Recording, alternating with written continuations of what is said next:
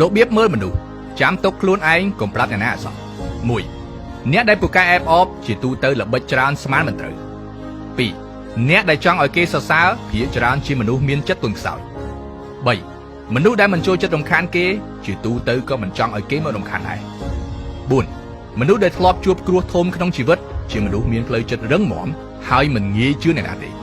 5. អ្នកដែលចូលចិត្តខ្សែលើគេរឿងតូចតាចនិងខាតបង់លៀបធំ 6. មនុស្សដែលមិនសូវចូលចិត្តនិយាយស្ដីជាមនុស្សដែលអ្នកគួរតែយកចិត្តទុកដាក់ជាងគេ 7. មនុស្សដែលចូលចិត្តនិយាយដើមគេមិនសូវជាមានមិត្តពិតទេ 8. មនុស្សចូលចិត្តអួតដោយសារតែគាត់ទើបតែមាន 9. មនុស្សដែលមិនសូវចូលចំណោមនឹងគេអ្នកគួរតែរាប់អាន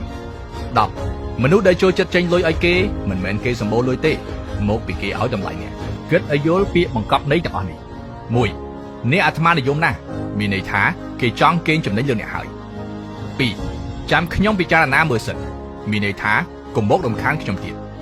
3. ឆាប់ចូលកេងទៅមានន័យថានិយាយប៉ុណ្ណឹងបានហើយ 4. យើងត្រូវជឿជាក់លើគ្នា